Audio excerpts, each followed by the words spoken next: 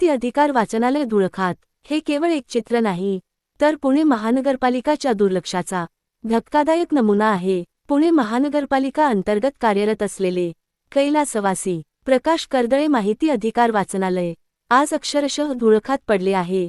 नागरिकांना माहिती अधिकार अधिनियम 2005 संदर्भात पुस्तके, मार्गदर्शन आणि अभ्यासासाठी हे वाचनालय उभारण्यात आले होते. पण आजची वास्तव परिस्थिती काय सांगते?